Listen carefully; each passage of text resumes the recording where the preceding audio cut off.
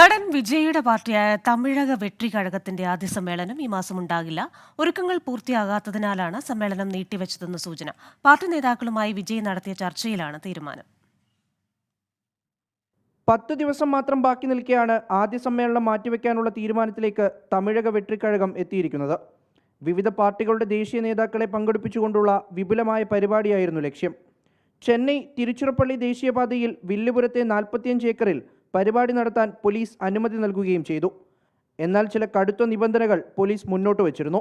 ഗതാഗതത്തെ ബാധിക്കാത്ത നിലയിലായിരിക്കണം പരിപാടി. സമ്മേളന സ്ഥലം CCTV നിരീക്ഷണത്തിലായിരിക്കണം. സ്ത്രീകൾക്കും കുട്ടികൾക്കും പ്രത്യേക സൗകര്യമൊരുക്കണം തുടങ്ങിയവയാണ് നിബന്ധനകളിൽ ചിലത്. എന്നാൽ ഇത്തരം ക്രമീകരണങ്ങൾക്ക് മതിയായ സമയമില്ലെന്ന് നേരത്തെ പാർട്ടി നേതാക്കൾ സൂചിപ്പിച്ചിരുന്നു. ഇന്നലെ വിജയ് പാർട്ടിയിലെ പ്രധാന നേതാക്കളുമായി നടത്തിയ ചർച്ചയിലാണ് സമ്മേളനം നീട്ടിവെക്കാൻ തീരുമാനിച്ചത്. പോലീസ് അനുമതി ലഭിക്കാൻ വൈകിയെന്ന് TVK നേതാക്കൾ പറയുന്നുണ്ടെങ്കിലും സമ്മേളനത്തിന് എത്ര പേർ എത്തുമെന്നതിൽ പാർട്ടിക്ക് കൃത്യമായ ധാരണയില്ലാത്തതാണ് പ്രധാന വെല്ലുവിളി. ഒക്ടോബർ 15 ശേഷമാകും സമ്മേളനമെന്നാണ് സൂചന. വിജയുടെ അവസാന സിനിമയുടെ ചിത്രീകരണവും ഒക്ടോബറിലാകും തുടങ്ങുക. 24 ചെന്നൈ.